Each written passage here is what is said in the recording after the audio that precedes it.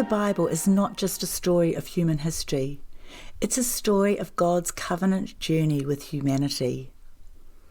Throughout Scripture we see God in various covenants with mankind. And each covenant has a canon attached to it which talks about how that covenant was walked out. And the canon for the New Covenant is the entire New Testament, including the book of Revelation. Here in Revelation, John is writing to encourage and comfort believers who are experiencing great persecution. Today we're going to take a look at how Revelation draws a lot of its imagery from the Old Testament, the book of Ezekiel in particular, and how its writing compares to the major prophets. I'm again drawing from material presented by Dr. Jonathan Welton in his book, Understanding the Whole Bible.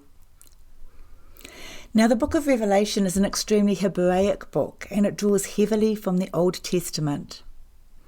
We have difficulty understanding it because we're removed from the first century Jewish culture, but to the Jews of this time it would have made perfect sense.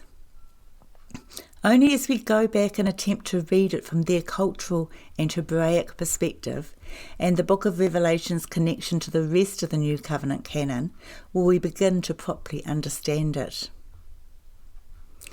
Steve Gregg says, unlike most other books of the New Testament, Revelation does not contain even one direct quotation from the Old Testament. However, there are hundreds of allusions to images and expressions from the Old Testament and from the New Testament as well, especially the other writings of John. It has been calculated that Revelation draws upon concepts and imagery from Isaiah 79 times, from Daniel 53 times, from Ezekiel 48 times, and Jeremiah 22 times.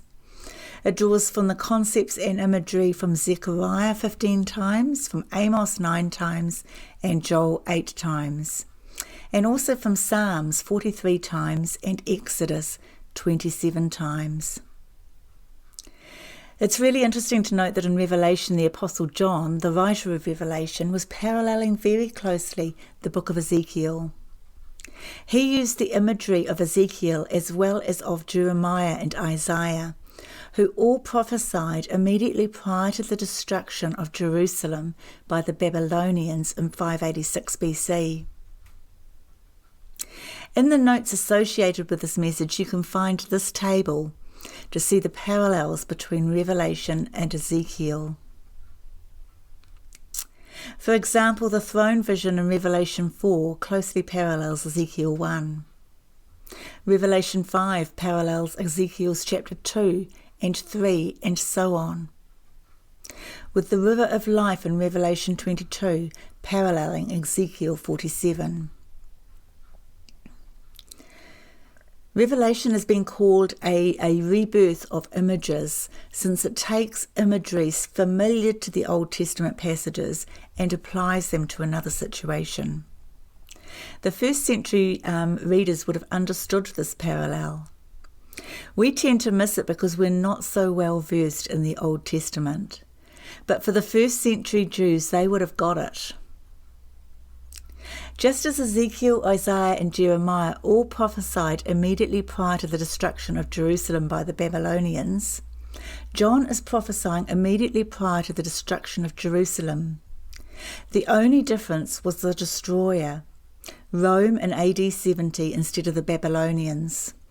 Plus, John prophesied a different end result. While Ezekiel prophesied a return to and a rebuilding of Jerusalem, John prophesied neither. Instead, John prophesied Jerusalem being replaced by a new heaven and a new earth, a new Jerusalem. In the Old Testament, Babylon was the enemy who came and destroyed Jerusalem. But in the New Testament, in Revelation, God is saying that Jerusalem has become like Babylon in God's eyes, and God comes to destroy Jerusalem.